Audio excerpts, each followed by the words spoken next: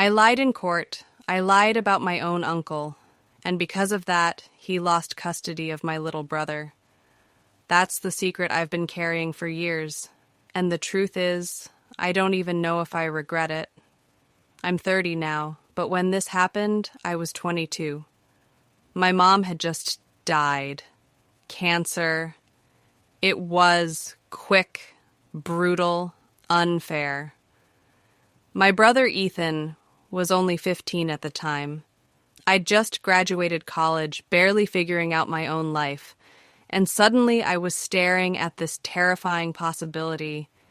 What's going to happen to him? Our dad wasn't in the picture. He left when we were kids and never looked back, so it came down to me. Or our uncle. Uncle Mark. Mark was Mom's brother. On paper, he was the responsible one. Steady job, house in the suburbs, married. I was the broke, directionless 22-year-old still figuring out how to pay rent. Everyone assumed Ethan would go live with him. That was the plan. But Ethan didn't want that. He begged me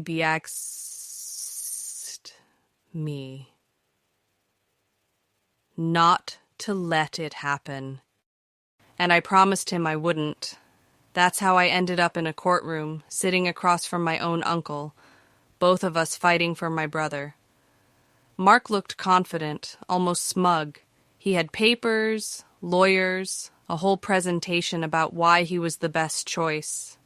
Stability, resources, a safe environment. Me? I had love. I had Ethan clinging to my arm, whispering, "Don't let them take me." The judge asked questions. Who could provide? Who had space? Who had a plan? And the truth was, he did. He had all of it. I had nothing but a crappy apartment and a part-time job. I could see the way the judge was leaning toward Mark, away from me, away from Ethan's wishes. And then something inside me snapped. When it was my turn to speak, I opened my mouth, and a lie came out. I said Mark drank, that he had a temper, that I'd seen him get physical when we were kids. None of that was true. Mark wasn't perfect, but he wasn't abusive. He wasn't an alcoholic. He was just strict, cold sometimes. Not the kind of man Ethan wanted to live with, but I painted him as a danger. I watched the courtroom shift. I watched the judge's face tighten, the lawyer scramble. Suddenly, Mark wasn't the stable option anymore, and in that moment, I knew I'd done something I couldn't undo. The judge ruled in my favor.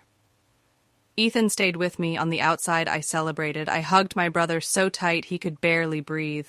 He cried into my shoulder and said, "Thank you, thank you." But across the room, Mark just stared at me, not yelling, not arguing, just staring. And that stare has haunted me ever since, because I knew he knew. He knew I lied.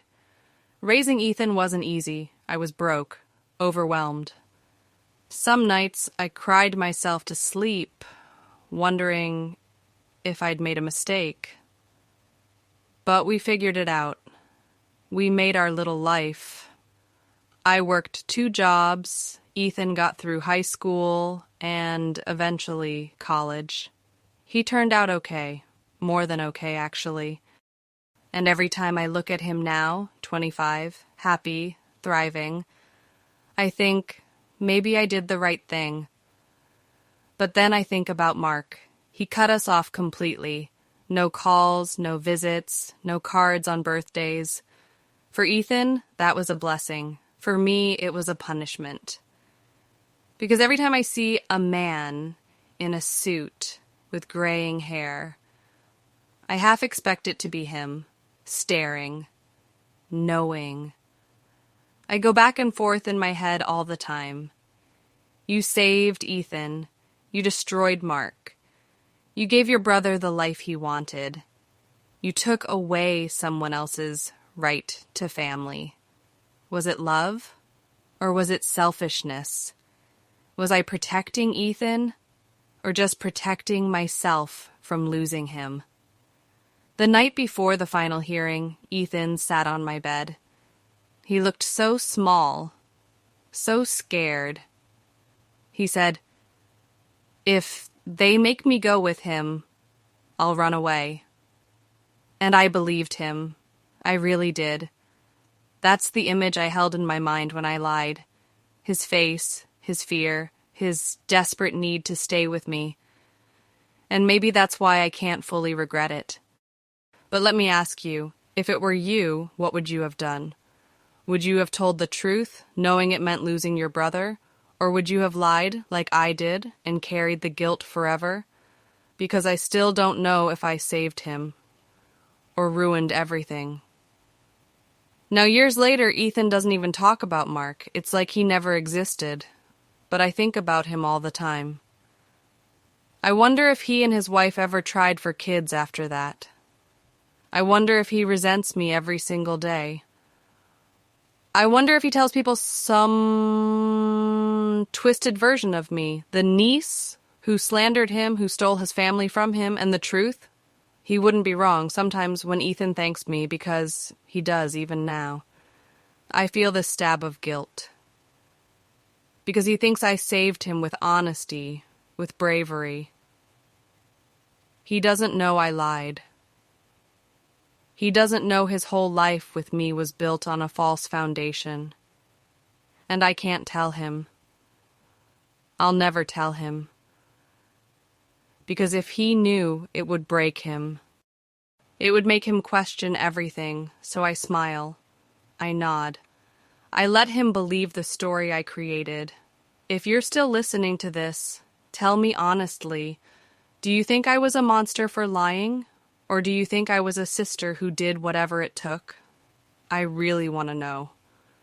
Because I've been living in this gray space for years, and I can't untangle it on my own. Here's the messy truth. I don't know if I'd do it again.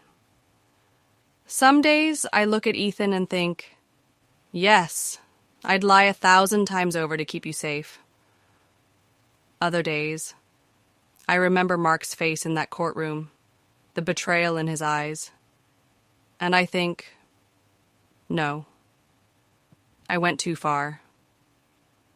That's the thing about secrets. They don't disappear. They grow with you. They shape you. And I think the unlabin as making types that shaped me into someone I don't always like. Last month, out of nowhere, I got a letter. No return address, just one line, typed on a piece of paper. I hope it was worth it. I don't know if it was from Mark. I don't know if it was from someone else entirely. But I keep it tucked away in a drawer, and every time I open it, I hear my own voice in that courtroom, making up lies that changed everything. So yeah, I lied about my uncle to stop him from getting custody of my brother. And maybe it saved Ethan's life, but it destroyed mine.